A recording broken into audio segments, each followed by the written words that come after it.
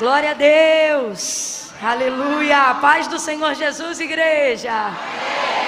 Amém. Que alívio, gente. Tomei banho, troquei de roupa. Vou explicar para os irmãos que não sabem. É que desde cedo a gente estava numa problemática, eu e minha mãe, que a nossa bagagem havia sido extraviada. E estava muito difícil, até porque domingo é difícil do shopping, as lojas só abrem depois das 3, eu acho, né? E aí se eu saísse, voltasse, a gente está hospedado distante de Alphaville, enfim, aquele rolo, né? Mas graças a Deus, Deus deu vitória, vitória total. Ai, gente, passei desodorante, louvado seja o nome do Senhor. Deu tudo certo. Você pode dar um glória a Deus aí? Pastor Tiago, quero agradecer por essa oportunidade, pela honra de conhecê-los aqui. Eu sou apaixonada pelo ministério que o Senhor confiou a vocês, na pessoa do pastor, do bispo JB Carvalho, da Dirce, são amigos do coração, e poder conhecer e estar com vocês hoje aqui, estende a honra dessa comunhão. Muito obrigada, tá? Deus abençoe todos os irmãos. Como é bom estar numa noite de ceia na casa do Senhor. Como é bom. Dê uma olhada aí para quem está do seu lado, diga assim: que privilégio. Não, sério, você entende o tamanho do privilégio de fazer parte do corpo e do sangue do Senhor? Oh, meu Deus, e hoje você tá muito forte, hein? Você tá muito forte. Por quê, Camila? Porque você hoje está literalmente crente até debaixo d'água. Porque que toró caiu hoje aqui, gente. Que coisa linda. Eu pensei que ia estar eu, o pastor, a pastora e mais uma meia dúzia de crentes teimosos que falou: não, eu vou mesmo. Mas o Senhor trouxe os seus adoradores para que seu nome seja engrandecido. Glória a Deus. Glória a Deus. Feliz de estar com os irmãos. Vamos abrir as nossas Bíblias no Evangelho do Senhor Jesus, segundo escreveu Lucas. Lucas, capítulo de número 22. Eu faço uma força para falar 22. A gente que é carioca dá uma chiadinha, né? Meu natural seria Lucas 22.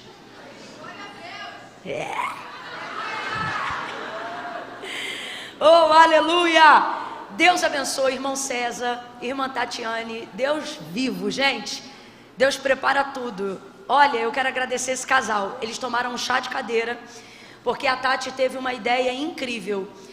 Ela viu a minha situação pela rede social, e aí ela separou um vestido novo, lindo, de uma loja que eu amo e que ela ainda não tinha usado. Eu falei: olha, essa oferta aí tá igual a de Davi no campo de Araúna, hein? Sacrificial. Porque é uma marca muito querida e um vestido muito bonito. E olha o que ela pensou, gente. Eu vou chegar 1h30 mais ou menos mais cedo do horário combinado. E eu não sabia, eu estava apagada, né? Porque eu estava sem dormir já há quase 2 dias. E daqui a pouco o telefone tocou. Minha mãe: olha, o pessoal chegou. Eu falei: meu Deus, como é que o pessoal chegou, gente? Eu pensei: hoje é o dia que Deus me abate. Vou ir suja, fedorenta, feiosa, né? E não, ela teve essa ideia de chegar mais cedo, ver se essa roupa dava. Só que o que aconteceu? Tati e César trouxeram a bênção. Eles chegaram 30 minutos depois, cravado. Chegou quem? Mas olha que eu já tinha experimentado o vestido que Tati graciosamente trouxe para tentar nos favorecer. Porque a igreja é assim, vocês são assim. E aí eu experimentei e falei: poxa, mãe, olha o vestido da irmã, vou ter que devolver. Aí botei o vestido de novo. Sabe o que eu fiz para quebrantar o coração dela? Mas isso ela só ia ver em casa. Eu peguei a etiqueta da comprovação da minha bagagem, porque eu tinha rasgado a etiqueta de abrir, aquele papel celofane, sabe? E coloquei a etiqueta bem em cima assim da cola, como quem diz assim: era para ter ficado. E coloquei na sacola e mandei para ela. E vim falando sobre isso, brincando no caminho. Quando chegou, agradeci de todo o coração: irmã, muito obrigada, mas olha, não precisou, a mala chegou junto, tá aqui, usa seu vestido. Ela: não, de maneira nenhuma. Eu falei: não. Falei: não, Tati, de maneira nenhuma. Ela: não, é seu. Eu falei: não. E aí quando ela me deu o vestido que eu ganhei, eu falei: Jesus, valeu a pena ter perdido a mala, muito obrigada. Tati, obrigada pelo teu carinho, irmão César. Obrigada por compartilhar testemunhos de fé que edificaram minha vida no caminho, viu? Deus abençoe vocês. Vamos lá, gente, sem mais delongas, porque um momento muito especial ainda, que é do ato da ceia, ainda se segue. Lucas 22, já fiquei à vontade, já soltei o 2. Versículos 27 em diante. Quem achou, diga amém. Lucas 22, versículos 27 em diante. Diz assim o texto: pois qual é maior, quem está à mesa ou quem serve? Não é quem está à mesa? Eu, porém, entre vós sou como aquele que serve. Vós sois os que tendes permanecido comigo nas minhas tentações. Assim como meu Pai me confiou um reino, eu o confio a vós, para que comais e bebais a minha mesa no meu reino, e vos assenteis sobre os tronos para julgar as 12 tribos de Israel. Verso 31. Simão, Simão, Satanás vos pediu para vos peneirar como trigo, mas eu roguei ao Pai por ti, para que não desfaleças a tua fé. Então, quando tu te converteres, fortalece os teus irmãos. E respondeu-lhe Pedro, dizendo: Senhor, estou pronto a ir contigo para a prisão e até a morte. Tornou Jesus a dizer: digo-te, Pedro, que não cantará hoje o galo antes que 3 vezes negues que me conhece. Então Jesus lhes perguntou, não, somente até o 34, perdão. Não cantará hoje o galo antes que 3 vezes negues que me conhece. Somente até aqui. Diga amém por essa palavra. Amém. Essa palavra, ela voltou ao meu coração nessa noite como palavra de Deus para esse dia. E eu acredito exatamente no que eu ouvi da boca do pastor Tiago quando fui entrando aqui no templo. Quando ele dizia, numa atmosfera como essa, eu reproduzi exatamente esta mesma palavra esta semana, numa outra atmosfera como essa, e eu dizia, numa atmosfera como essa, tão profética, palavras se tornam decretos. O espiritual rompe o físico, e ele torna real, concreto, tangível, aquilo que nós estamos falando numa atmosfera profética, abstrata. Então, sobre essa palavra, debaixo dessa atmosfera, quando eu entrei aqui, o Espírito Santo, como quem sacasse uma flecha da aljava, acertou meu coração nessa noite. E ele disse: diga ao meu povo que eles são o meu trigo. Porque essa palavra fala sobre isso. Então, debaixo dessa palavra, irmãos, eu vou contar de 1 a 3. No 3, antes de você tomar assento, eu vou te pedir para liberar essa palavra que determina o rumo profético, que Deus nos aponta como verdade, como resposta nessa noite para a nossa vida. Quando eu disser 3, você vai olhar para quem está ao seu lado e vai dizer para esta pessoa: você é trigo. Aí quando você disser para ela, você vai virar para outra e vai dizer: eu sou trigo. Você entendeu? Para uma você vai dizer o quê? E para outra você vai dizer o quê? É 1, é 2, é 3. Diga aí. Senta dando glória a Deus, porque o trigo é a boa semente. Aleluia! Oh, glória a Deus! Aleluia! Aleluia! O trigo é a boa semente. Diga glória a Deus! Aleluia! Aleluia! Deixa eu te explicar o contexto desse texto, antes da gente começar a aplicação profética na nossa vida dele. Esse contexto é bem semelhante com o contexto que nós estamos vivenciando hoje, aqui e agora. Um lugar foi preparado para que a mesa do Senhor estivesse posta. Nesse dia aqui o Senhor vai celebrar a última ceia, a última oportunidade que ele tem de estar em comunhão com seus discípulos, antes de ser levado ao Calvário. Ele sabia que a hora dele estava chegando. E literalmente esse episódio aqui, essa narrativa que a gente acabou de fazer menção nessa noite, ela antecede apenas horas, eu disse, do pior momento de dor e agonia que Jesus já viveu na sua história, enquanto viveu entre nós aqui, habitando por num corpo humano. Não há absolutamente nenhum outro momento de maior dor, de maior angústia e de maior agonia que na sua condição humana ele tenha sido impelido no seu processo de jornada ministerial aqui na terra. E ele está apenas a algumas horas essas que ele sabe quais serão. Na verdade, Jesus sabe disso desde que ele começou a cumprir o seu ministério no primeiro milagre nas bodas de Caná da Galileia. Você lembra quando Maria percebeu a situação daquele casamento e foi pedir ajuda a ele? Ele disse para ela: mulher, ainda não é chegada a minha hora. Quando ele realiza aquele milagre, porém, em contrapartida a isso, ele diz: mulher, ainda não é chegada a minha hora. Ele está se referindo a que hora, gente?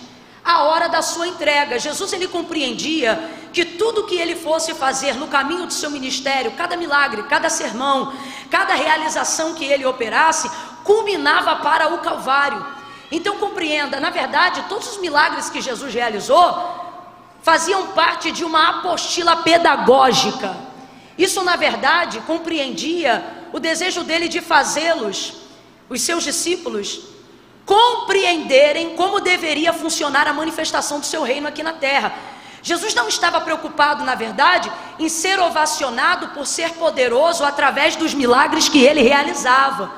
Jesus não só não estava preocupado com isso, como o que ele estava, na verdade, era ocupado em fazer com que aqueles que o seguissem entendessem a motivação dos seus feitos e não apenas a celebração dos seus resultados.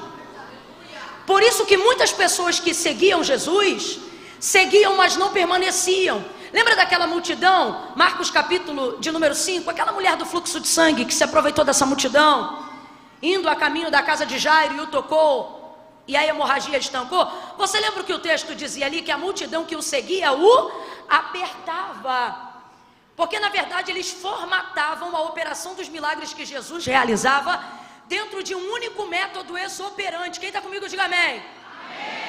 Elas começavam a divulgar e a acreditar o que? O relato que Lucas escreveu na época da operação daqueles milagres, que era qual? Que todas as pessoas que Jesus tocava, elas eram curadas. Completa aí para mim: todas as pessoas que Jesus tocava, elas eram curadas. Por isso que aquela multidão está apertando, porque eles acreditavam que só podiam ser curados se por ele, Jesus, fossem. Aí aquela mulher não podia por ele ser, porque o sangue, sua hemorragia, que era a enfermidade que ela tinha na época, tornava ela imunda de acordo com a lei de Moisés. Em razão disso, ela não poderia tocar. Mas por que ela é tão celebrada e ela é utilizada como um exemplo na Bíblia Sagrada? Porque ela não se acomodou por isso. Uma vez que ela não podia por ele ser tocada, ela inaugurou um método que nunca antes foi utilizado por ninguém. Existem crises que Deus permite a gente entrar, não é o ponto hoje não, é só um exemplo. Mas existem crises que Deus permite a gente entrar só porque através da nossa vida Ele quer inaugurar métodos que ainda não foram utilizados por ninguém. Para quê? Para tirar aquele método pequeno que só porque já foi vastamente utilizado, começa a nos levar à crença limitante de que só pode operar de uma única maneira. Antes dela, ninguém tocava nele para receber. Por quê? Porque todo mundo acreditava que tinha que esperar para ser tocado por ele. Por que todo mundo aperta, mas ninguém recebe milagre? Porque está todo mundo esperando ser? Ela não. Uma vez que eu não posso por ele ser tocada, e é por isso que a fé dela é extraordinária, ela me impressiona. Eu costumo dizer que ela foi, pegou o que queria sem pedir e não foi roubo. Você vê que o sermão nem é sobre ela, mas ela me encanta tanto que eu já parei aqui no texto. Porque, meu irmão, a gente gasta tempo às vezes pedindo tanta coisa porque inauguramos ou estabelecemos um único método e uma única forma de Jesus operar. Ah, tem que ser assim, tem que ser assim. Aí vem essa mulher, de acordo com a lei mosaica, imunda. Ela não toca nele propriamente na sua pele para que ele não perceba que ela tocou e torne ele imundo. Por quê? Porque quem está buscando cura não faz isso sujando ninguém. Segunda coisa, ela faz isso tocando só na orla das suas vestes. Agora dá uma olhada em casa quando você chegar no texto de Marcos 5 e veja lá se ela pediu para ser curada. Em casa ela inaugurou um método com um pensamento dizendo assim: se eu tão somente tocar, tá todo mundo do lado de Jesus dizendo assim: se ele me tocar eu sou curado. Está todo mundo do lado de Jesus dizendo assim: se ele me tocar, eu recebo a minha vitória. Se ele me tocar, a mulher está em casa, não está do lado, mas olha o método: se ele me tocar, não, se tão somente. Jesus está dizendo: ei, estabeleça métodos dos quais, quando você não tiver mais o que fazer, sua fé seja o suficiente para acessar o que está preparado para você. Ela criou um método. Escuta isso aqui, que isso aqui é muito prático. Às vezes a gente quer colocar um milagre de maneira mirabolante. Isso aqui é prático. Ela criou um método, um plano. Completa para mim, por favor. Ela criou que não dependia de ninguém para ser operado, a não ser dela. Deus está dizendo: sabe por que tem coisas que você não realiza? Porque você diz: se fulano me ajudar, se o outro entrar, se o outro emprestar, se assim fizer. Deus está dizendo: quer ver milagre? Comece a estabelecer planos que só dependam de uma ação simples sua, e se envolva nesses planos. A gente olha para ela e a gente vê coisas extraordinárias, como uma mulher, por exemplo, que já ia saindo e Jesus trouxe de volta. Nessa hora eu até me indigno e eu digo: Deus, não é brincadeira não. A gente fica aqui tentando utilizar tudo que é método, que a gente conhece como aquilo que funciona. De repente essa mulher vai lá, toca na orla das suas vestes, é estancada hemorragia no corpo. O texto diz que ela sentiu na hora que ela foi curada, né? E se Jesus não chama ela, ela vai-se embora. Então vou perguntar de novo: ela pediu para ser curada? Meu irmão, olha a ousadia dessa fé. Foi lá, pegou e já estava indo embora. Nem obrigado ela estava dizendo. Pegou. Foi Jesus que disse: alguém me tocou. Jesus agora invadido na glória. Ei, alguém me tocou, né? E era ela disse: fui eu, Senhor. Mas o que eu estou querendo dizer com isso, gente? De maneira muito simples, essa mulher acessou uma oportunidade, criou um método único, exclusivo. Depois dela aí você vai ver um monte de gente. Depois dela aí você vai ver alguns casos a mais dessa mesma maneira. Mas veja, essa mulher, ela compreendeu que se ela tivesse a motivação correta pelo método, para o resultado que ela queria, isso seria o suficiente. Então preste muita atenção. Quando Jesus veio e ele implementa seu reino, e acabou que eu não disse o que eu queria dizer, e o que eu queria dizer de verdade é o seguinte: que quando ela realmente é um personagem que me deixa invejada. O que eu quero dizer é o seguinte: que quando ela acessa isso, ela não só cria um novo método, como ela corrige nas pessoas a motivação e a expectativa pela qual Jesus opera os seus milagres. Quando você compreende isso no reino de Deus, você começa a compreender que a principal vocação da manifestação de Cristo antes do Calvário, que é a sua principal obra quanto homem aqui na terra, ela está totalmente ligada a fazer os seus discípulos e os seus seguidores compreenderem a manifestação do reino de Deus aqui na terra. É como se fosse mais ou menos assim: se você quiser comer uma comida muito gostosa, você vai num restaurante que faz aquele prato como nenhuma outra pessoa faz. Tanto é que você pode ir lá 10 vezes, e se aquele restaurante for especialista naquele prato, você vai lá 10 vezes e vai pedir aquele prato. Só vamos supor que um dia o restaurante fecha. E aí uma vez que o restaurante fechou, poxa, ninguém nunca mais vai fazer aquela comida do jeito que eu comia naquele restaurante, porque era a especialidade daquele chefe, naquele dia da semana, naquele cardápio. Aí acabou para você. Para algumas pessoas a manifestação do reino de Deus cessou quando Jesus foi assunto aos céus. Por quê? Porque eles só andavam atrás dele celebrando os resultados e não compreendendo a motivação da sua operação.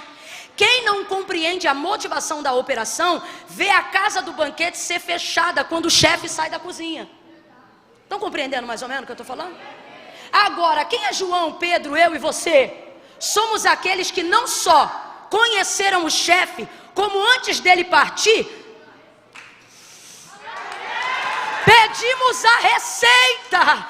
Por quê? Porque compreendemos o que ele disse. Na condição de Senhor, falou aos seus aprendizes: aquilo que eu fiz, coisas maiores vocês farão. Eu estou sentindo uma graça de Deus tão grande. Quem trouxe Bíblia, levanta ela aí agora. Levanta com autoridade. verdade. Isso. Ai, Camila, eu não tenho Bíblia de papel. Você podia ter uma, vou deixar a dica. Levanta a tua Bíblia aí e comece a dizer: tá tudo bem, eu tenho a receita. Olha para quem está do teu lado e diga: a minha cozinha continua aberta. Tempero da graça, tempero da unção, tempero do poder, tempero da libertação. O reino de Deus se manifesta aonde eu entro, aonde eu falo, aonde eu canto, aonde eu prego, aonde eu profetizo, aonde eu intercedo, aonde eu oro. Porque eu não só conheci o chefe, eu compreendi suas motivações. Eu ando com a receita. Aleluia! Esses 2 anos vão virar 4, os 4 vão virar 8, os 8 vão virar 16, e todos os anos se seguirão até que a igreja seja arrebatada. Por quê? Porque o chefe está à destra de Deus, mas a receita está com os discípulos que compreenderam a manifestação do seu reino. Sabe o que é isso? Não é uma mesa de banquete qualquer, é o único corpo místico de Cristo, reconhecido e legitimado para manifestar o que Jesus operou quando por esta terra passava. Olha para quem está do teu lado e diga com carinho: me respeita. Eu tenho a receita. Você está entendendo?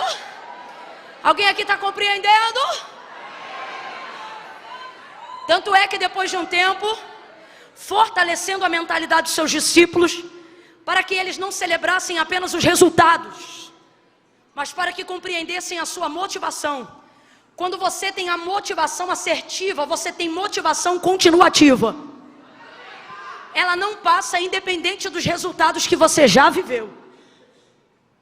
Você continua trabalhando para viver novos resultados. Por quê? Porque quem trabalha pelo resultado é escravo, quem trabalha pela motivação é senhor. Você vai, continua vivendo, você continua seguindo. Vocês estão compreendendo o que Deus está falando conosco? Glória a Deus, esqueci. Vocês são da igreja do Bispo JB? É isso. Aleluia. Aleluia. Então Jesus, na celebração da última ceia, vai garantir, abre aspas para o que eu estou falando aqui, tá? Se eles estão compreendendo a receita. Porque desde o primeiro chamamento, quando a primeira cúpula ministerial de Cristo foi composta, Jesus ele tem esse cuidado de dizer: olha, não cuideis de andar ansiosos por coisa alguma. Ele percebia, porque Jesus não chamou os catedráticos, pelo menos não para compor a sua cúpula ministerial daquela época. Ele chamou os seus discípulos, pessoas simples, pescadores. Tanto que o povo se impressiona quando Pedro fala a multidão, depois de Assunção de Cristo. Não é aquele pescador, como quem diz, um indouto, um inculto.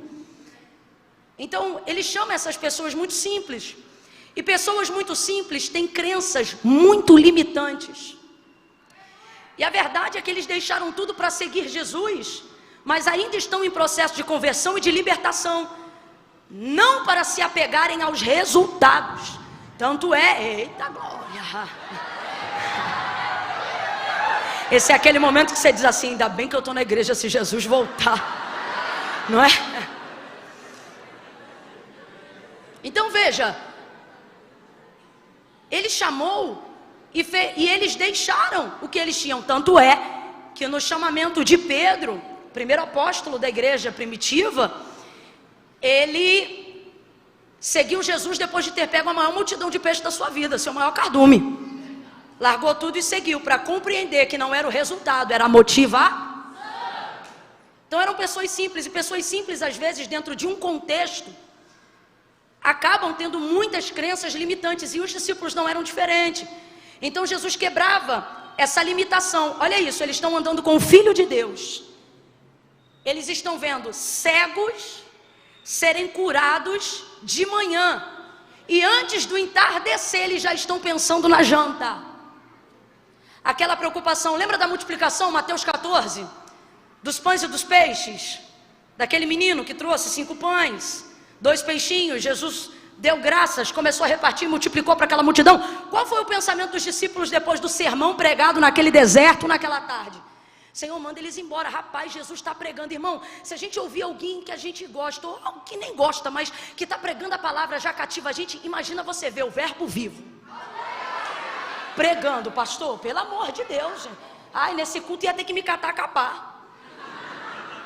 Olha isso. Então, veja, Jesus está pregando, o povo está tomado, mas aquela multidão, Jesus disse que tinha compaixão. Por quê?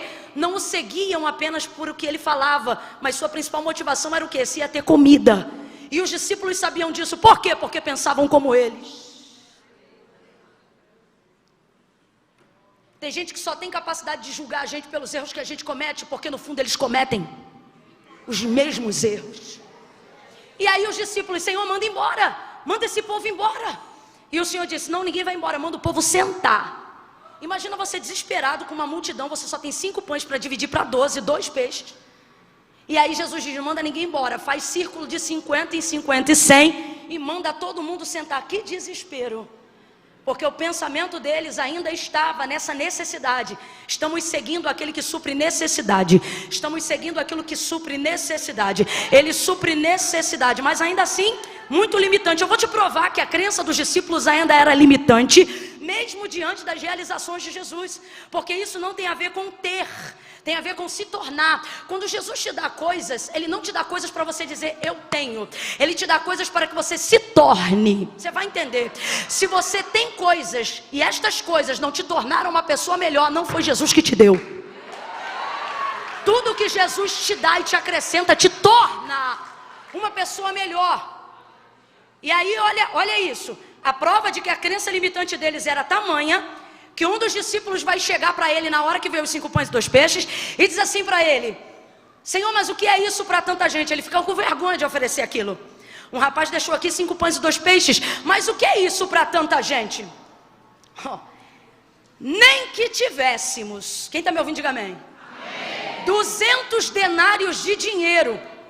A crença, quando é muito limitante, nem no campo da imaginação, pastor Tiago, a pessoa consegue chegar a um resultado positivo, de tão limitada que ela é. Se liga nisso aqui, ó. Ele está falando de um campo de imaginação, ó. Baseado na quantidade de pessoas que tem aqui, 5.000 homens, sem contar mulheres e crianças, a conta que deveria ser feita era do que precisaria para abastecer, mesmo não tendo. Para abastecer isso aqui, só se tivéssemos. Se você não está tão limitado, você faz pelo menos uma conta, mesmo que você não tenha condições de pagar aquilo. Isso parece gente que deve, porque não tem dinheiro nem para metade, não pensa nem como vai pagar, e é por isso que nunca paga. Porque quando você estuda o cálculo e trabalha numa imaginação acessível, você começa a quebrar crenças limitantes na sua cabeça. Vai ouvindo aí. Eu sei que essa linguagem está meio de coach, mas você vai compreendendo. Eu estou falando é de fé mesmo, tá? Nada contra não, eu só estou falando porque senão já tem irmão que eu estou vendo que está torcendo bem, isso meio assim. Você vigia, tá, irmão? Que Deus use os irmãos. E olha o que ele vai falar. Nem que tivéssemos, irmão, se você já vai falar no campo da imaginação. Vocês estão compreendendo? Se o Senhor, se você já vai falar num campo de imaginação, por que não falar uma imaginação? Ou seja, até sonhando o cara sonha ruim. Até imaginando, a irmã imagina o pior. Minha filha, meu irmão, cola com um pobre, sem crença limitante. Para quê? Para aprender a sonhar. Porque eu estou para ver gente que vive escassez, mas tem capacidade de imaginação. Igual o povo que passa a escassez. Normalmente eu vou falar bem rasgado. Quem passa escassez do lado de fora nem sempre passa escassez na imaginação. Quantas vezes eu já vi na minha família em dias de extrema pobreza e a gente começa com as conversas fiadas. Rapaz, se tu ganhasse tanto, o que tu faria?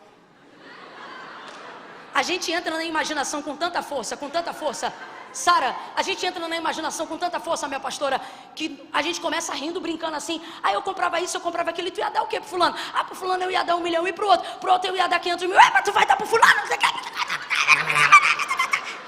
Rapaz, daqui a pouco a gente tá brigando por um negócio que a gente fica. Então eu não estou falando sobre não ter recursos do lado de fora, eu estou falando sobre não ter capacidade de imaginação do lado de dentro. E aí Jesus vai fazer o que, pastor? Vai encher a mentalidade deles de imaginação, mas não é com senso lúdico. O que eu estou falando? Eu não estou falando de fantasia, eu não estou falando de utopia, eu estou falando que Jesus começa a compartilhar com eles uma fé baseada na palavra, que gera ponte para acessar as coisas que não existem ainda, mas que são chamadas à existência a partir do pensamento de quem as acessa pela palavra. Ora a fé é o firme fundamento, ora a fé é o firme fundamento, ora a fé é o firme fundamento. Bata nesse chão aí, veja se ele está firme, por favor. Faça, está firme, está firme. O Senhor está dizendo, está firme hoje. Se amanhã passar uma britadeira, arrebenta com esse chão em menos de 24 horas. Agora, se tu confia de ficar em pé nesse chão, que hoje é e amanhã pode não ser, olha o que o Senhor está dizendo. A fé não é piso, é fundamento, é algo que não pode ser removido. Ela é o firme fundamento das coisas que não se veem, mas ela vive na capacidade de quem pode imaginar, acessar, sonhar, projetar. Aí Jesus vai dizer a seus discípulos: eu não quero vocês ansiosos, pensando no que vamos comer, no que vamos beber. Olha o que Jesus está dizendo. Poxa vida, eu estou querendo levar para vocês, estou querendo conduzir vocês a uma área que a carnalidade, que a necessidade não deveria nem ser uma questão. E você que está aí pensando assim, ainda bem que eu já quebrei todas as minhas crenças limitantes. As crenças limitantes que mais nos impedem de progredir, sobretudo de fazer progredir o reino de Deus em nós, são na verdade aquelas que a gente pensa que estamos livres. Que você pensa assim, ah não, ninguém me ensinou não, isso aqui é pensamento meu mesmo. O pensamento mais forte que vive em você é aquele paulatino, ou seja, o que foi colocado em você sem você nem perceber. Ele está em você como uma cultura, como um estilo de vida, e você não percebe. E era o caso deles. E aí olha o que Jesus vai dizer: olhem para os lírios do campo. Nem Salomão em toda a sua glória se vestiu como um deles. O que Jesus está dizendo? A erva de manhã ela é, e à tarde ela já não é mais. Porém todos os dias Deus a veste. O que ele está dizendo? Ele não faz deixar de ter broto, de ter ramo e de florescer todos os dias. Aí ele diz: nem Salomão em toda a sua glória se vestiu como um deles. Olhem para as aves do céu, não batem ponto. Eu estou parafraseando para você entender na nossa linguagem. Não batem ponto de vínculo trabalhista. Mas veja, elas são livres. Não semeiam, mas colhem, não passam fome. Aí ele diz: não seria porventura a vossa vida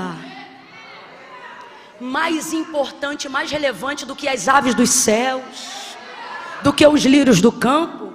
Saibam de uma coisa, e é a primeira vez que você vai ouvir isso aqui no sermão dele. Saibam de uma coisa: o vosso, ele não diz o meu, ele diz o vosso Pai que está no céu.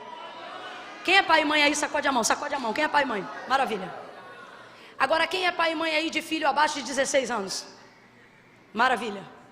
Quando chega o boleto ou o acerto lá da conta de luz, você dá na mão dele para ele pagar? Porque essa é uma necessidade do lar, que é responsabilidade do... A condição é semelhante ao que está sendo aplicado aqui. O que nós estamos querendo dizer? O que Jesus está falando para eles? Não gastem todo o tempo de relacionamento, de intimidade que vocês têm com Deus, não só com Deus, entenda, com o Pai. Falando sobre necessidades. Por quê? Porque olha o que ele está dizendo: o vosso Pai que está no céu, dessas coisas ele já... Quando vocês estiverem andando comigo, é o que Jesus está tentando incutir na mentalidade deles. Não fiquem pensando naquilo que ele vai dar até sem vocês. Trafega comigo numa via aonde vocês vão suplicar por coisas que o dinheiro não vai precisar comprar. Trafega comigo numa via em que a sua dependência não vai estar limitada na roupa que veste, na casa que mora, no carro que você quer ter. Desculpa, mas você pode ter o melhor carro, a melhor casa, você pode ter a melhor estrutura financeira. Não é sobre isso. Isso vai te gerar enfado, vai te gerar ansiedade, vai te gerar síndrome do pensamento acelerado. Provérbios, Salomão fala sobre isso. Quanto mais o homem enriquece, menor fica o seu tempo, maior fica a sua preocupação, e menos paz muitas das vezes tem dentro da sua casa. Por isso no mesmo texto ele vai dizer: é melhor um bocado seco onde há paz do que muita riqueza num banquete onde há escassez de paz, ou seja, onde não há alegria. Então entenda, olha o que Jesus está dizendo: parem de gastar o tempo da vossa vida pedindo por aquilo que quando vocês não sabiam pedir, o Pai já dava. Quem aqui não nasceu num lar cristão, aprendeu o que era oração outro dia, o que era a vida devocional outro dia, e quando olha para a vida hoje, diante de Deus, diz assim: mano, eu não conhecia ele, mas ele já cuidava de mim. Alguém aqui já teve essa experiência? Então seria porventura agora num relacionamento de intimidade que Deus vai querer usar, ou melhor, que você vai usar todo o tempo que você tem para falar só disso? Com todo respeito, mas eu vou falar bem rasgado o que Deus está mandando eu dizer. Sabe o que Ele está dizendo? Meu filho, para pagar essa conta é só você virar mais um plantão. Para você ir morar nessa casa é só você fazer mais um curso. Você quer trabalhar naquele lugar, você quer entrar nessa área, acorda mais cedo, estuda e capacita. Eu vou falar mais rasgado. Sabe o que o Senhor está dizendo? Se o dinheiro que você precisa o banco dá, vai falar com o banco, não fala comigo não. Agora, se você falar comigo o que não tem no banco, aí a gente vai começar a transitar numa esfera que ninguém ainda conhece. Então Jesus está chamando eles para coisas maiores. Quem está compreendendo, diga amém. Para compreenderem. Aí agora na celebração da última ceia, Ele quer dar uma conferida. Estou usando uma linguagem assim bem no populacho. Ele quer dar uma conferida se está todo mundo compreendendo a receita, utilizando os ingredientes corretos. Por quê? Porque o corpo de Cristo em carne vai ser assunto. Primeiro vai ser crucificado, vai ser entregue, vai abalar, e depois ele vai ressuscitar. Vai passar aquele período de 40 dias e depois ele vai subir e vai se cumprir tudo o que foi dito sobre ele, pelos profetas maiores, pelos menores, pelo salmo messiânico de Davi. Em Atos dos Apóstolos capítulo 1 se cumpre um deles: levantai, ó portas, as vossas cabeças, levantai, ó portais eternos. Há anjos que começam a fazer a comitiva angelical do Jesus em carne, que começa a subir por entre as nuvens, diante dos olhos dos discípulos que estão presentes. Aquilo ali nada mais é do que o salmo de Davi: levantai, ó portas, as vossas cabeças, levantai, ó portais eternos, para que entre o Rei da Glória. O porteiro nunca abriu a porta de dentro para fora. Então ele diz: quem é este o Rei da Glória? É assim o salmo, quem lembra? Aí os anjos, a comitiva vai adiante: levantai, ó portas, as vossas cabeças, levantai, ó moradas eternas, para que entre o Rei da Glória. O porteiro pergunta: quem é este o Rei da Glória? É poético, mas é o que está acontecendo em Atos 1. Quem é este o Rei da Glória? O Senhor poderoso na batalha, o Senhor poderoso dos exércitos. Vamos traduzir para Atos 1: aquele que venceu o pecado e a morte, ou seja, aquele que venceu o que diziam que era invencível. Eles sobem, abre, um anjo fica: varões galileus, que é que estás olhando para as alturas? Porventura não sabeis que o mesmo Cristo que viste subir agora entre as nuvens, diante dos seus olhos, de igual forma por entre as nuvens voltará, e todo olho verá? Até esse momento Jesus sabia que haveria um grande abalo na mentoria, no treinamento, em tudo aquilo que ele fez para fortalecer a fé dos seus discípulos. Então agora na celebração da última ceia, é o último momento hiato. Entenda isso como o último momento de preparo para o maior momento de dor e agonia. E aí Jesus vai trazer 3 lições para a gente. Eu vou entregar em 3 pontos bem rápido. Primeiro, Jesus sabe que a hora tão esperada, aquela que nas bodas de Caná ele ainda dizia: não é chegada a minha hora. Ele sabe, agora chegou. Agora chegou. Ele não vai passar esse tempo sem ficar com os seus, sem falar com os seus, sem abençoar os seus. E agora, pasme, num ato solene como o que nós estamos a realizar daqui a alguns minutos nesta noite, na celebração da ceia, cálice, sangue, pão, corpo, memória do Senhor, ele vai fazer pactos com a igreja. Ele vai dizer: fazei em memória de mim. Ele vai preparar um suco da vida numa adega especial no céu, e ele diz assim: porque até aquele dia não beberei novamente, até que vocês estejam ao redor da minha mesa. Que incrível! Pense nesse ato de ceia. Pense agora na ceia que hoje nós viemos adorar em espírito, os discípulos estão vendo o homenageado ser também o celebrante da cerimônia. Pense num culto onde Jesus celebra a ceia, é o pregador e ainda é o cantor.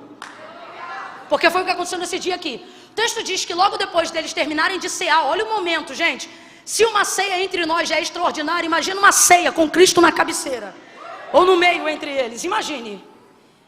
Quando termina de cear, se liga na cena, eu quero que você imagine, com literalidade, mas imagine. Quando ele termina de cear, imagina, pão, cálice, palavra de Deus, Cristo entre eles. Aí o texto diz assim: e tendo dado graças e partido o pão, cantou um hino. Não diz apenas cantaram, mas antes disso diz cantou. Quem puxou o hino? Quem cantou o hino? Imagina, você acabou de tomar o cálice, você acabou de comer o pão e ele começa a cantar. Imagina a voz de Jesus, o que devia ser? A voz de Jesus cantando, gente, a capela, a capela. Ai, pelo amor de Deus, você não deu glória ainda por quê? Imagina Jesus. Nós viveremos esse dia. Aí você imagina, termina de cantar, mano, pensa nessa cena, para tudo agora, para tudo agora, pensa nessa cena, que glória. Só que olha o que o texto diz, e essa parte eu não li, mas está no mesmo capítulo, depois você lê. Depois desse momento, se liga, só falta os anjos, só falta sentir as asas dos anjos batendo no lugar. Olha o que o texto diz, que quando Jesus começa a falar da sua entrega, ou seja, ele está dizendo que eu vou sair, o Filho do Homem vai ser entregue, ó, vai acontecer tudo aquilo que eu estou treinando vocês. Olha o que o texto diz. E levantou-se entre eles forte discussão. Que é isso, Camila? Olha para o teu irmão e informa, diga, briga. Isso é briga 5 minutos depois da ceia, irmã. O pau começou a quebrar, a veia do pescoço de alguém começou a levantar. Alguém ficou vermelho, alguém falou mais alto. E posso te falar? A motivação da briga é tão feia quanto ela. Sabe qual era a disputa e a briga? Enquanto Jesus está falando da sua retirada, em vez deles sofrerem pela sua retirada, sabe o que eles pensam? Quem vai ficar no lugar da liderança? Deus me livre. Olha para o teu irmão e diga: Deus me free. Deus me livre. Jesus ainda nem se ausentou do meio deles, pastor. Nem se ausentou do meio deles. E eles já estão pensando quem é que vai liderar quem. Começaram a discutir para saber entre eles quem seria o maior. E Jesus estava presente. Aí Jesus vai acabar com a discussão. Jesus vai entrar e ele vai dizer assim: estando entre vós, quem é o maior? O que Jesus está dizendo? Calma que eu ainda nem saí. Estando entre vós, quem é o maior? O Senhor é o maior, ok. Sendo eu o maior e estando entre vós, pensem comigo. A mesa, quem é maior? O que se assenta ou o que serve? Olha o que ele está dizendo. Quem é o maior entre vós? O maior sou eu, Jesus. Ok, uma vez que vocês concordam que eu, Jesus, sou o maior entre vós, agora pensem comigo. Estando à mesa, tem aquele que se assenta e é servido, e tem o que está ao lado de pé servindo. Quem é maior? O que se assenta ou o que serve? Não, eu não estou falando para vocês falarem o que Jesus falou. Estou falando qual é o protocolo. Então você vai num restaurante, você manda o garçom sentar e é você que serve ele? Então vamos lá, Jesus está explicando para eles. Estando entre vós eu sou o maior, mas pensem comigo. A mesa, o maior é o que se assenta ou é o que serve? Agora, estando eu entre vós, me assentei ou vos servi? São perguntas. Eles lembram, foi o Senhor. Botou toalha na cintura, colocou posição de servo, lavou pés, fez um monte de coisa. Não, foi o Senhor. Pois então entendam, no meu reino. Sabe o que Jesus está dizendo? O problema de vocês não é nem vocês estarem brigando, mas é vocês estarem brigando pelo motivo errado. No meu reino o maior é o quê? O maior é o quê? Então ele não está brigando porque alguém quer ser referência. O que ele está brigando é pela motivação pela qual esse alguém quer ser. Então ele está dizendo, vocês querem ser maior? Não briguem pela cadeira, briguem pelo serviço. Pastor, vou liberar uma palavra profética aqui para a igreja do Senhor. Se tiver briga aqui, vai ser na escala de obreiro. Por quê? Porque alguém repetiu? Não, porque alguém vai querer vir de novo. Vai querer, não, esse mês eu vou servir todos os domingos. Não, esse mês eu quero todas as terças. Eu quero declarar que vai ter irmão levantando a voz no estacionamento dizendo, não, entre e assiste o culto. Aí ele dizendo, não, entra você. Hoje quem vai cuidar dos carros sou eu. Você recebe isto. Porque Jesus está dizendo, querem brigar? Briguem por isto.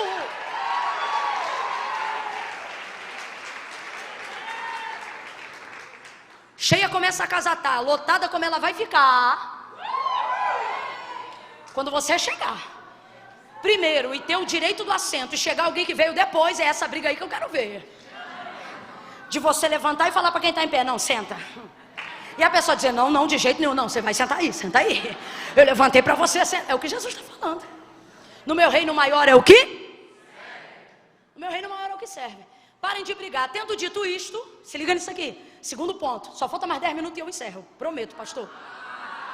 Tão crente a beça hoje. Segunda coisa, ele diz assim, tendo dito isso, ó, acabou a briga, cessou o problema. Ele vai direto em Pedro e não o chama de Pedro. Quem leu comigo lembra, ele chama ele de quê? Imagina uma briga onde 12 pessoas provavelmente estão discutindo, 3 com a voz mais alta, 2 mais baixo, mais algumas observando. Jesus chega, acaba com a briga e vai numa pessoa só. Agora responda para mim, dá para brigar sozinho, gente? Vamos falar real, dá para brigar sozinho? Dá não. Só que está todo mundo brigando, mas Jesus vai falar com um só. Ele vai direto em Pedro. E ele está chateado. Porque ele não diz Pedro, ele diz Simão. Sabe o que é Simão? Estou falando com a natureza caída da tua humanidade. Estou falando do homem que eu conheci lá atrás, não desse que está diante de mim agora. Porque quando o Senhor conheceu Pedro, ele falava e era muito mais conhecido por Simão. E o Senhor começou a chamá-lo muito mais de Pedro, para falar sobre o seu processo de transformação. Tu és Pedro, sobre esta rocha, este fragmento de pedra, edificarei a minha igreja, as portas do inferno não prevalecerão contra ela. Aquele que era o mais sanguíneo e aparentemente mais rebelde se tornou o melhor líder, ou o líder pioneiro que a igreja precisava para se estabelecer em Jerusalém e nas demais nações. Foi extremamente vital e continuou sendo, ainda antes de Deus erguer e levantar o futuro então apóstolo Paulo. Pense num homem tão tremendo em obras e tão poderoso, que quando ele saía do culto e das orações da sinagoga, o povo fazia fileira para que a sombra de onde ele passasse manifestasse a cura do poder que a sua vida carregava. Agora este homem aí está quebrando o pau depois da ceia. Aí você talvez está me ouvindo e está dizendo assim, Camila, como alguém consegue brigar depois de uma ceia dessa? Igualzinho você que participa de um ambiente de glória desse, já chega em casa reclamando de louça na pia, roupa suja, negócio fora do lugar, carro que está sujo, a mulher que não abasteceu porque ela só usa o carro, não abastece a gasolina. Olha Deus me usando com revelação aqui. Do mesmo jeito. Perdeu a linha. Jesus bota tudo no lugar e aí então vem a segunda coisa. Vai direto em Pedro. Então deixa eu te perguntar uma coisa. Não estou afirmando, deixa eu só te perguntar uma coisa. Quem você acha que começou essa briga? Tem 12 pessoas, um é mais sanguíneo que todo mundo. Augusto Cury cria eu vi uma palavra dele onde ele cria o temperamento baseado nas escrituras sagradas de cada discípulo. João, por exemplo, ele fala do seu pico de bipolaridade. O discípulo do amor teve hora que queria tacar fogo em todo mundo. Não foi? Jesus teve que acalmá-lo e dizer, calma João, quem não é contra nós é por nós. E Pedro? Você acha que Pedro é o quê? De sanguíneo para colérico, irmão. Pedro é Simão. O que isso significa? Estou falando com a sua natureza. Estou falando com um Adão caído que insiste em residir em você. Isso aqui é para despertar Pedro de onde ele saiu, quem ele era e quem Deus não quer mais que ele seja. Satanás te pediu para te moer, peneirar, como se você fosse trigo. Como se você fosse? Tá todo errado, mas Satanás não pediu para peneirar como se faz ao joio. Se liga nisso. É um vacilão, mas pediu para peneirar como se fosse, porque o Senhor sabia e o inferno também sabia. É um trigo novo, mas ainda assim é. E qual é a diferença? Vou lhe dizer agora. Camila, por que o Senhor orou por ele, já que ele é trigo, e a palavra do Senhor aponta na parábola do joio e do trigo, que o trigo é a boa semente semeada pelo Senhor? Por que então o Senhor não permitiu que Pedro fosse tentado, que Satanás concluísse a tentação que queria? Por que precisou da intervenção de Jesus? Quem está comigo, diga amém, gente. Por que precisou da intervenção de Jesus, dizendo para Pedro, para Simão, que orou, entrou na posição de intercessor e orou por ele, dizendo: Pai, livra ele dessa tentação, já que ele era trigo, que caísse então na peneira, como convém ao crente ser provado, para aprender o que é paciência, para aprender o que é perseverança, como diz o texto sagrado. Mas por que? É isto que você tem que se perguntar nesse texto. Por que o Senhor Jesus vai entrar para interceder pela vida de Pedro? Olha a condição de Pedro. Você está achando que isso é difícil? Olha a condição de Pedro. Olha como o Senhor fala com ele: Simão, Simão, Satanás te pediu para te peneirar como trigo, mas eu roguei ao Pai por ti. Olha como eu orei por ti. Quando tu te converteres. Olha, ele está dizendo: eu consegui um livramento para você. Ok? Está livre. Agora tem o seguinte, olha a admoestação. Quando tu te converteres. Acabou de tomar ceia. Isso, finge que não é com você mesmo não.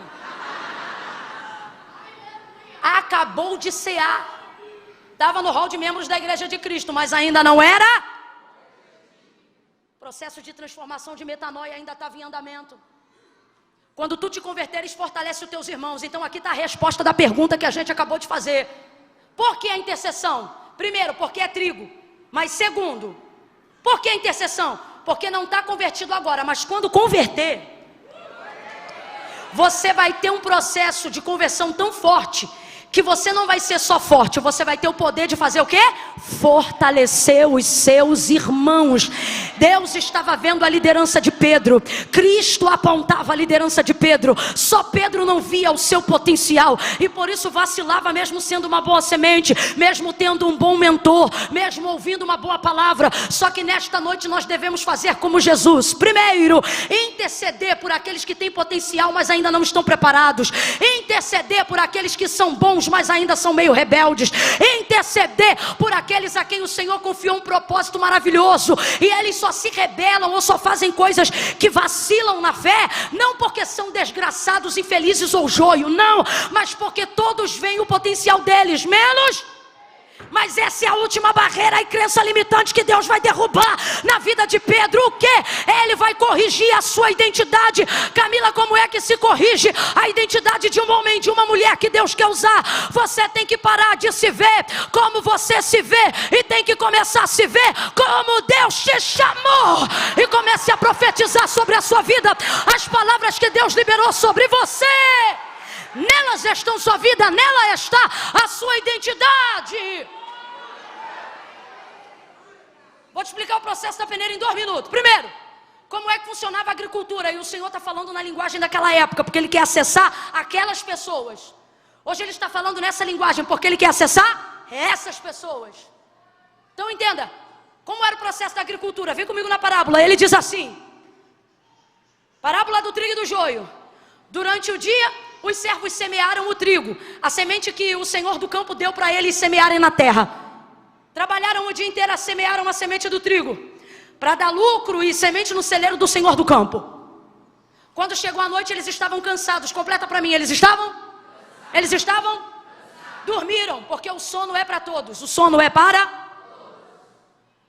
Tem coisa na tua vida que tu perde de vista, não é porque você é mau, é porque um nível de impotência foi estabelecido para todos os homens. Você pode ser a melhor pessoa do mundo, irmão, você não vai cercar e vai trabalhar nas 11 de maneira excelente o tempo todo. Uma hora alguma coisa vai sair da sua vista. Todos dormiram. O inimigo veio durante a noite. Vem cá, meu amigo. Pensou que eu ia dizer inimigo, né? Faz um som aí daquele inimigo vindo sorrateiro.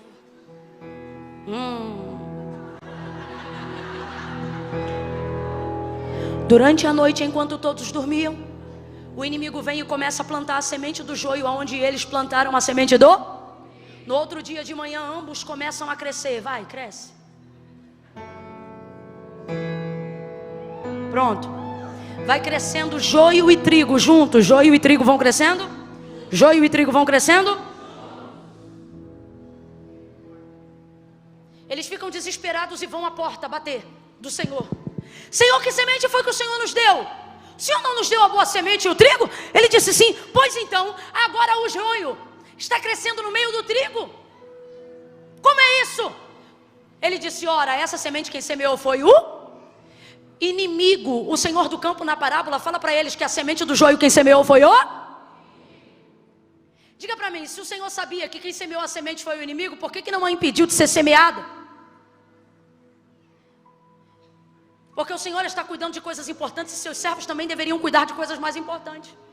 Por que você está falando isso, Camila? Entenda, o objetivo do Senhor é que o trigo seja semeado. O objetivo do Senhor é que o trigo cresça. O objetivo do Senhor é colher o trigo e colocar a sua semente no celeiro. Camila, e o joio? O joio não deve ser preocupação para nós. Por quê? Porque joio não impede o crescimento do trigo, mesmo que esteja do seu lado. Mas eles vão ficar desesperados. E aí eles vão dizer assim, Senhor, quer que nós vamos lá e arranquemos o joio no meio do trigo? O Senhor vai dizer, não!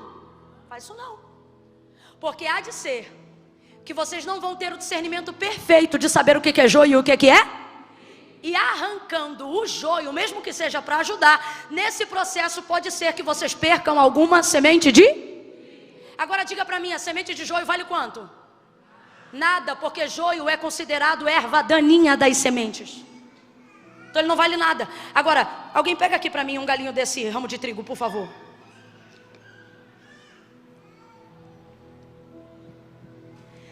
Uma espiga de milho, não vou gastar tempo aqui contando, mas ó, 2, 4, 6, 8, 10, 12, eu só sei fazer essa conta até 12. 13, 14, 15, 16, 17, 18, 19, 20, 20. Já passei de 20, presta atenção. Sabe quantas sementes são necessárias para num ramo de trigo? Quem está comigo ainda, abre o olho, diga amém. Sabe quantas sementes de trigo são necessárias para nascer um ramo de trigo que carrega uma espiga? Qual é o nome disso aqui? Qual é o nome disso aqui?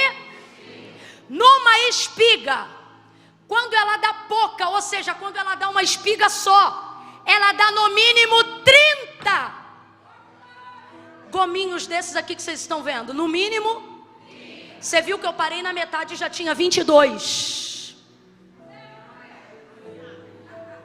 Então presta atenção. Uma semente devolve 30 sementes de trigo.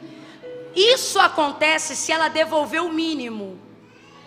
Porque tem ramo de trigo que num ramo nasce uma espiga, 2 espigas, 3 espigas, 30, 60 e até por... Então olha a preocupação do Senhor da terra. Olha a preocupação do Senhor da terra. O baterista pode ir subindo também. Olha a preocupação do Senhor da terra. Se vocês arrancarem, vamos supor, 1000 feixes de joio, mas perderem um ramo de trigo, eu perdi muito por nada. Camila, então o que a gente faz?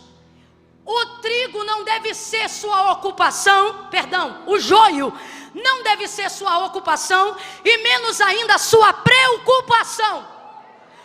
Deus está dizendo hoje aqui, a trigos, a servos, e como o Senhor Ele está dizendo, por que você acha que tem que fazer tudo e organizar tudo do seu jeito, achando que você é o último profeta da última verdade pregada? Ah, porque eu vou revelar, ah, porque eu vou mostrar, ah, porque isso, porque aquilo, causa mais escândalo, muitas vezes mais confusão. Camila, cuidado, você está falando de um jeito que parece até que a gente tolera o pecado. Não, a gente não tolera o pecado. O que a gente não pode deixar é o que o joio está fazendo contra o campo, fazer nos perder as únicas sementes que importam para o Senhor. Senhor. Camila, eu ainda não entendi. Então você vai entender agora. Deus está dizendo: pare de ocupar-se com o joio, ou melhor, pare de preocupar-se com a vida do joio e comece a ocupar o seu tempo com o trigo, ao invés de passar o dia inteiro olhando na internet para ver quem pecou, quem estava no bloquinho, quem estava na marcha e agora veio aqui tomar ceia.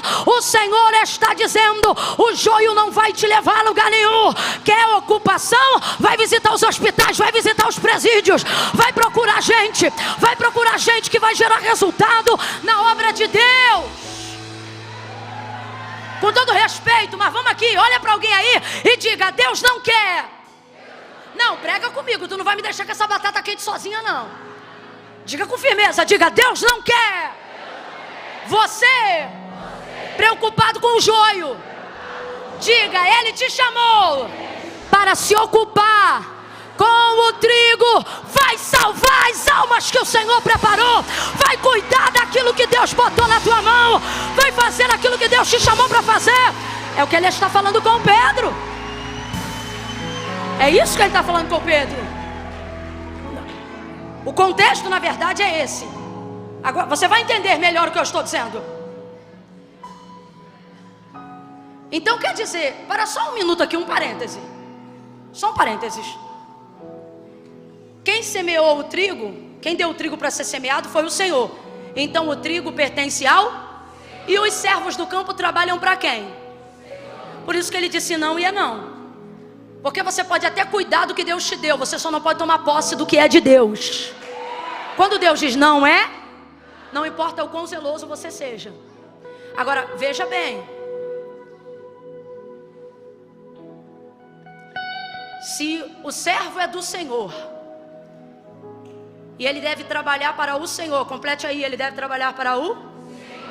O próprio Senhor disse que o joio quem semeou foi quem? Então quer dizer que eu, servo do Senhor, vou pegar o tempo do meu trabalho para o Senhor e vou colher o que o cão plantou? Desculpa, mas eu vou falar. Desculpa nada. Não quer desculpar, não desculpa, vou falar. Servo do Senhor não trabalha para colher o que Satanás plantou. Você não é funcionário do cão, vou falar bem rasgado. Você não é funcionário da fofoca, você não é funcionário do leve trás, você não é funcionário do que o inimigo tentou semear no campo do Senhor. Agora, principal motivo, e eu encerro aqui. Principal motivo, por quê? O Senhor queria que o trigo e o joio crescessem juntos. Primeiro, porque se o joio não afeta o crescimento do trigo, deixa crescer. Olha aqui para mim. Não afeta, entendeu? Quem deixa de estar, quem fez, quem deixa de fazer, olha para quem está do teu lado e diga: não afeta o crescimento. Igreja brasileira, quem tem ouvidos ouça, nós vamos crescer. O ano de 2023 nós vamos crescer. O ano de 2024 nós vamos crescer. Alguém está entendendo o que eu estou falando aqui? Não importa o que o inimigo esteja tentando semear no campo do cristianismo, no Brasil e na América Latina, assim diz o Senhor, nós vamos crescer, porque o joio não vai afetar o crescimento da igreja, da semente, do trigo que o Senhor semeou. Olha para os dois aí e diga: nós vamos crescer, nós vamos crescer, nós vamos crescer, nós vamos crescer. Vai ser o ano que a igreja mais vai crescer e se fortalecer. Nós vamos crescer. Eu falo isso não é para te animar não. Eu acredito nisso com toda a verdade da minha alma. Nem estava ali no meu tópico, isso nem estava na minha cabeça, Deus me deu agora. Vou lhe falar. Imagine a parábola que Jesus está contando. Imagina a parábola que Jesus está contando. Quando os servos viram o joio nascer no meio do trigo, eles acordaram e tomaram um susto. Eles acordaram e tomaram um?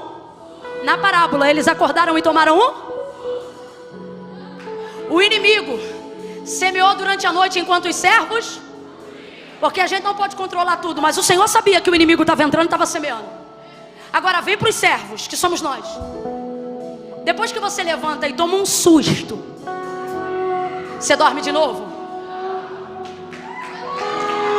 Quem está no espiritual já entendeu. Sabe o que o Senhor está dizendo? Esse susto não foi para bater a perna de vocês uma na outra, não. Foi para vocês dobrarem o pelotão da vigilância. No campo onde estamos semeando, se inimigo entrar, vai ter que entrar de foice. Vai ter que entrar, porque nós estamos armados. Oh, deixa eu fechar em Pedro.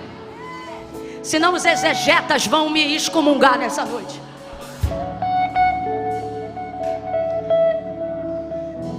Por que interceder por Pedro? Pelo mesmo motivo que Jesus não deixou arrancar o joio. Agora que tu ficou de pé, tu fica de pé até o final. Eu não falei para tu ficar de pé, foi tu que ficou. Prometo, eu vou encerrar aqui.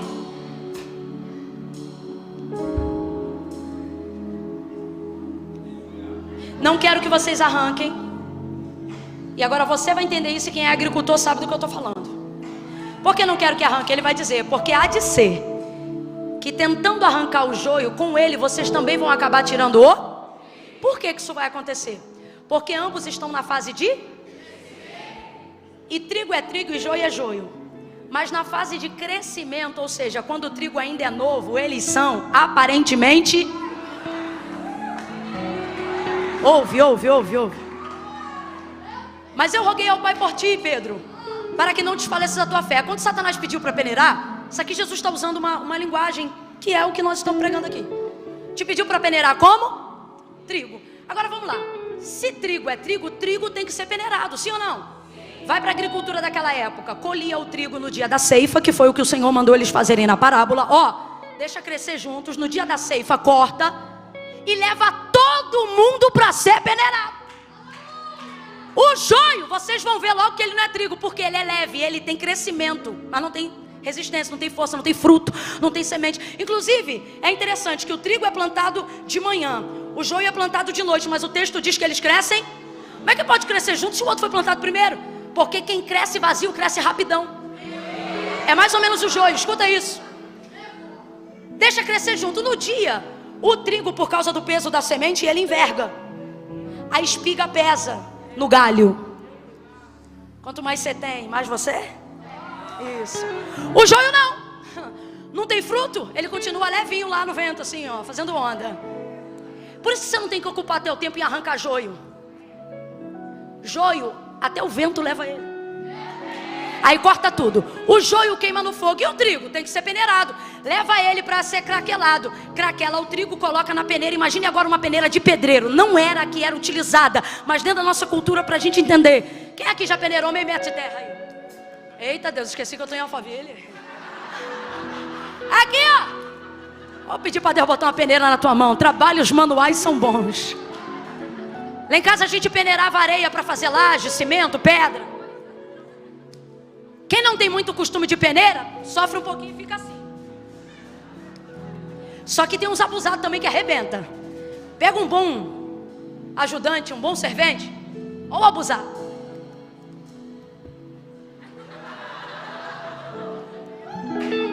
Ele arrebenta.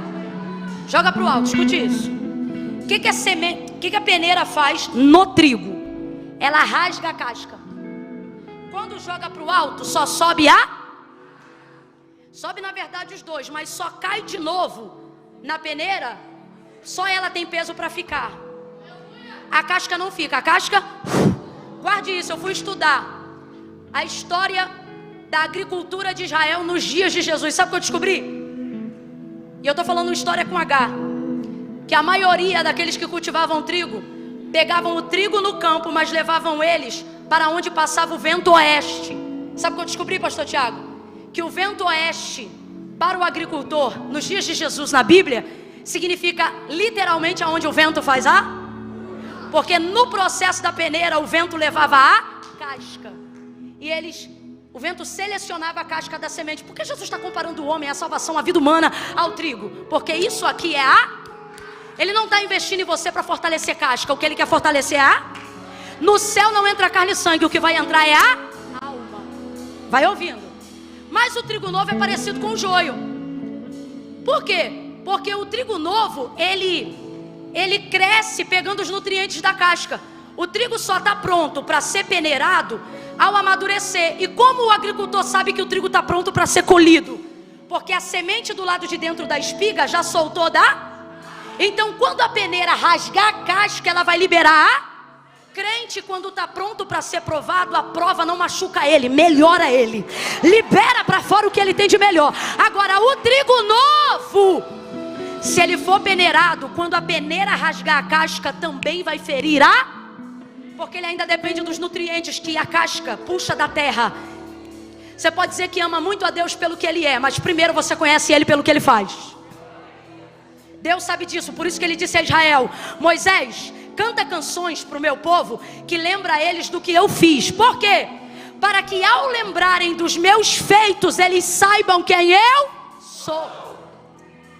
Você pode até amá-lo depois de um tempo de convivência porque ele é, mas aprendeu a conhecê-lo através do que ele... Trigo novo precisa de feitos, nutrientes para fortalecer a alma, o espírito. Só que trigo maduro... Camila, dá um exemplo de trigo maduro. Ok, Jó. Jó está preso na casca? Um homem que diz diante da perda: Deus deu, Deus tomou, bendito seja o nome do Senhor. Responde para mim, esse cara está na casca? Está na casca? Sabe qual é o convite do Senhor na celebração da ceia nessa noite? Sabe qual é o convite do Senhor para esses 2 anos de ministério?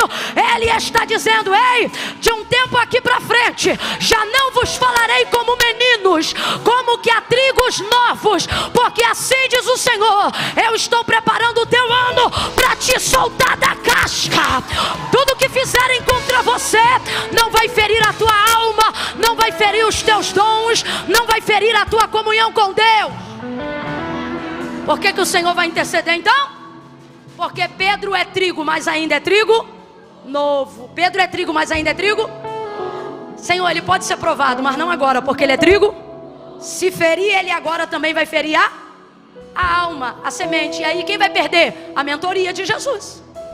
4 anos de investimento na cabeça desse cara. Segura isso aqui só um minutinho, rapazes, que isso aqui eu quero que eles engulam no seco.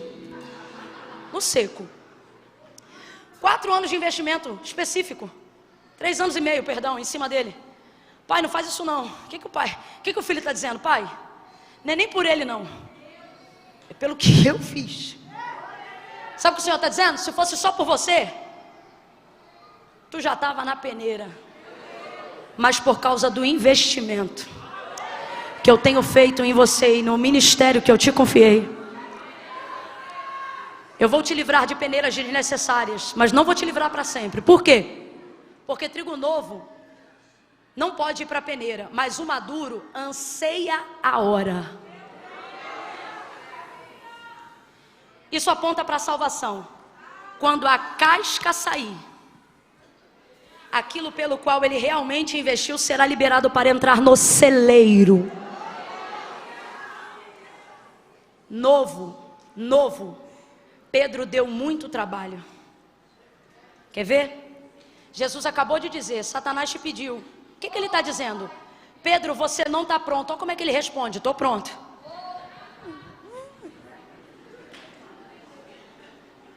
Olha que maturidade. Novo, ele corta a orelha de Malco. Maduro, ele cura os surdos. Faz uma comparação aqui comigo.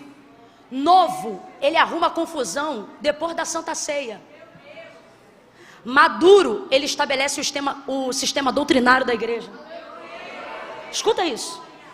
Novo, ele nega Jesus quantas vezes? Maduro, ele salva 3.000 almas de uma vez só. Olha agora para quem está do teu lado e diga assim: tu não é joio, tu é trigo. Pode ser novo, mas é trigo. Olha aqui para mim, teu filho pode estar com a nota vermelha e você você diz, não é possível, Deus falou que ia ser doutor, mas aqui nota vermelha de joio, joio, joio, o Senhor está dizendo, não, é trigo novo, trigo novo, trigo novo, trigo novo, trigo novo, é trigo novo, esse marido é trigo novo, esses processos da vida são trigos novos. Deus está dizendo, não abra mão disso agora, não abra mão desse casamento agora, não abra mão do chamado que Deus te confiou agora. Deus está mandando dizer isso aqui, não abra mão de ti mesmo agora. Deus está dizendo para mim, você não é joio. Enquanto eu estou pregando aqui, tem alguém dizendo, fulano é joio, ciclano é joio. O Senhor está dizendo, pega a tua listinha de julgamentos, porque hoje aqui não tem joio, é tudo trigo novo, trigo novo, trigo novo, trigo novo. Eu estou preparando. Camille, o que eu faço? Interceda. Das duas uma, ou você é o intercessor do trigo novo, ou você é o trigo novo. Eu vou contar de 1 a 3 aqui agora. No 3, só vai levantar a mão. Quem está me ouvindo, diga amém. Amém. Trigo novo, presta atenção, não são todos. Se César levantar a mão, eu taco a Bíblia nele aqui. Isso aí me contou cada história, isso não tem nem mais casca. Camila, eu não entendi muito bem esse negócio de casca não, vou te falar. É quando alguém diz assim, ó, menina, tu viu? Fulano falou mal de tu. Trigo novo? Ai, que tristeza, cara, eu não fiz nada com ele. Trigo maduro, manda um beijo. Que Deus abençoe. Porque tá solto da casca, tá solto. Não importa o que dizem, o que pensam, o que acham. É isso que eu tô falando. Mas tem trigo novo aqui. Gente que tá com a identidade de si mesmo deturpada, pensando assim, Camila, porque eu me afastei, eu só posso ser joio, eu não consigo ser crente. Alguém aqui nessa noite falou isso por esses dias, disse, eu não consigo ser crente. Sabe por que tu não consegue? Sabe por que tu fica... A pessoa que está aqui, que falou isso, ela falou isso porque ela disse assim, não dá, eu fico com um pé lá e outro cá, porque eu não consigo ser crente. Não, tu não entendeu, campeão, o que tu não consegue é ser ímpio. Porque se tu conseguisse, tu não estava aqui no culto de domingo à noite.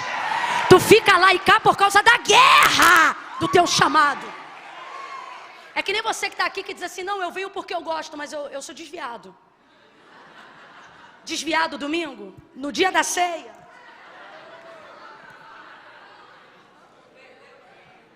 Tu não é desviado. Olha para mim, desviado não frequenta culto. Que raio de desviado é você? Que até crente, daqui a pouco, vai começar aqui, ó. Aqui, ó. E o desviado tá assim, eita, que Deus está falando comigo hoje. Que raio de desviado é você? Tu não é desviado. Tu é afastado. Sabe por que você está aqui? Porque tem saudade. Tem também o que veio e ele diz assim, não, eu vim, mas eu não sou crente, não. Sabe como é que eu sei que tu é crente? Tu conhece o nome de um monte de santo, mas quando a coisa aperta, tu chama o nome de um só. Vou contar de 1 a 3. E diante de Deus, gente, não vou fazer apelo. Pastor, bota aqui que eu não quero destruir o cenário da igreja. Vou contar de 1 a 3. No 3, quem está afastado, distante, e quer tomar uma decisão hoje, antes da celebração da ceia, para poder colocar esse ato memorial como assim, ó, último dia, o dia que eu entreguei minha vida para Cristo foi num dia de ceia, porque a partir daquele dia o próximo cálice quem ia tomar ia ser eu.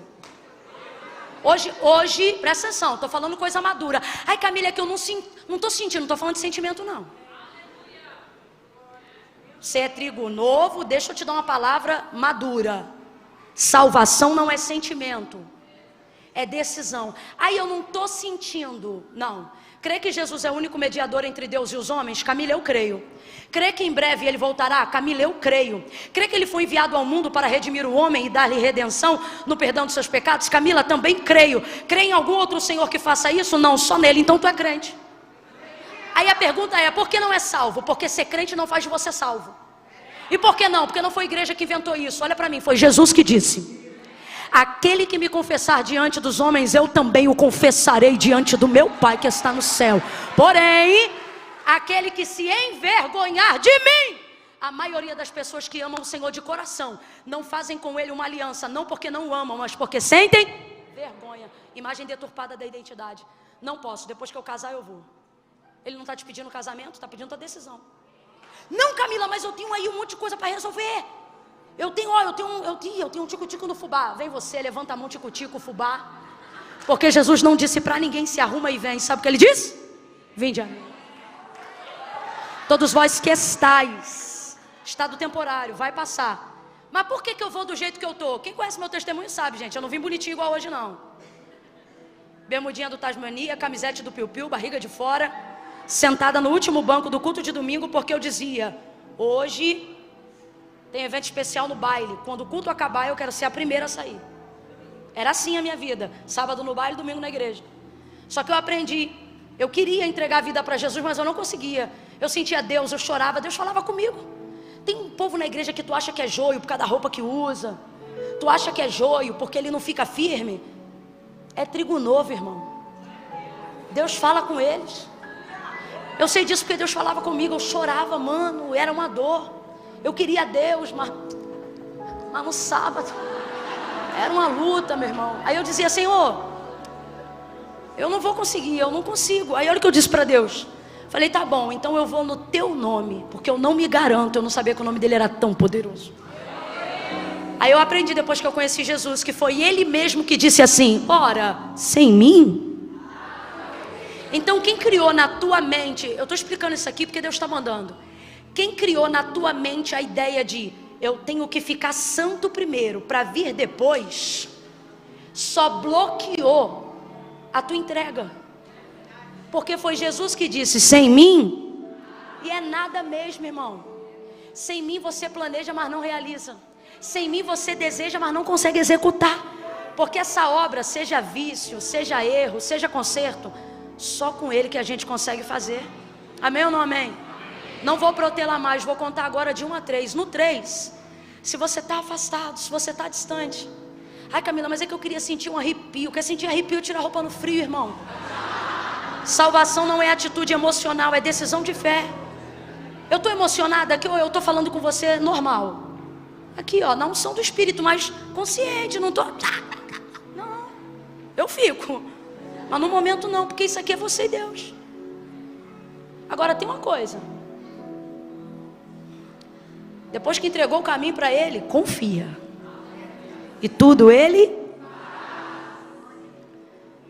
Não importa o que você fez até hoje, importa a oportunidade que você tem de fazer algo acontecer na tua vida agora. Não vou pedir para vir aqui. Só vai levantar a mão no 3. Camila, sinto de receber essa oração, mas eu já sou crente, então não levanta a mão que eu não estou te chamando. Agora, assim como eu um dia, não só levantei a mão, como no meu caso eu fui no altar, porque a igreja permitia isso. Mas hoje Deus está sendo tão gentil com a gente. Está afastado, desviou, está de ter conserto, reconciliação. Camila, não precisa falar mais nada, eu sei que sou eu. Chega. No 3, ó, levanta a mão e fica com a mão estendida. Camila, eu tenho vergonha. Fecha os olhos, irmão. Porque a vergonha é passageira, mas a salvação é eterna. Pastor Tiago, vem para cá, meu pastor, que eu vou pedir o senhor para me ajudar agora. Nós só vamos aplaudir no final, depois da oração do pastor Tiago, tá? E vamos hoje fazer o que fez Jesus. Irmão, eu estou tão feliz de ter ceia hoje aqui. Maior memorial da igreja. Maior. E não foi à toa essa palavra. Tem trigo, tem mesa. Oh, tem Jesus aqui. O Jesus que transformou Pedro não vai descartar você porque você é trigo novo. Ele vai interceder por você para que seu processo de transformação te leve ao amadurecimento. Eu conto 1. Comunidade das Nações em Alphaville, espírito de intercessão e súplica agora por todos os Pedros, trigos novos que ainda precisam se converter. Comece a orar agora, vamos. 2. Os rapazes podem ir fazendo um espontâneo. 2,5. Camila, sou eu. Esse conserto, essa reconciliação, a confissão hoje, sou eu, é comigo. É você? 2,5, prepara. 3, levanta a tua mão e mantém ela estendida para eu saber que você está aqui. Camila, sou eu, é comigo, isso. Fica com a mão estendida lá no alto. Eu não vou te chamar não, eu estou te vendo. Camila, sou eu estou voltando, eu estou fazendo minha aliança com Deus hoje. É você? Então mantenha a mão estendida. 1, 2, 3, 4, 5, 6, 7, 8, 9, 10, 11, 12, 13, 14, 15, 16, 17, 18, 19, 20, 21, 22, 23, 24, 25, 26, 26, 26, 27, 28, 29, 30, 30, 30, 31, 31, 32, 33, 34, 35, 36, 37, 37. Ei, se você é da igreja e está vendo uma mão estendida, mantenha a mão. Quem fez a aliança, mantenha a mão. Seja corajoso, mantenha a mão. Está vendo a mão estendida? Cola aí. Se você é da igreja, cola com essa pessoa que está com a mão estendida agora. Vamos orar junto, vamos orar junto. Camila, tem uma pessoa com a mão estendida aqui perto de mim. Chega perto dela aí agora. Quando alguém te abraçar, aí você pode abaixar a mão. Enquanto não te abraçar, não abaixa não. Ó, tô precisando de gente lá atrás, obreiros. Lá atrás, ó, lá atrás. Tô precisando de gente lá, ó. Cola aqui também, eu preciso de uma irmã aqui, ó. Aqui, ó, isso. Cola com quem tá. Isso. Isso. Oh, meu Deus. Aquele senhor lá, ó. Tem alguém aí? Tem alguém aí com ele? Você que tá com o neném no colo, tem alguém do teu lado aí? Tem? Então vamos embora lá, gente, vamos embora lá. Bora, sai do lugar de vocês são da igreja. Vai lá e vai colando na galera. Ninguém sozinho agora. Trigo maduro com trigo novo. Trigo maduro com trigo novo. Intercessor, intercedendo agora por trigo novo. Porque o Senhor vai levantar homens corajosos como Pedro, mulheres vocacionadas como Maria. Orianda levanta la conta, levanta la baixo. Reminarabaia, xericada raçuia. Que unção é essa? Um ciclo novo está sendo aberto nesta noite.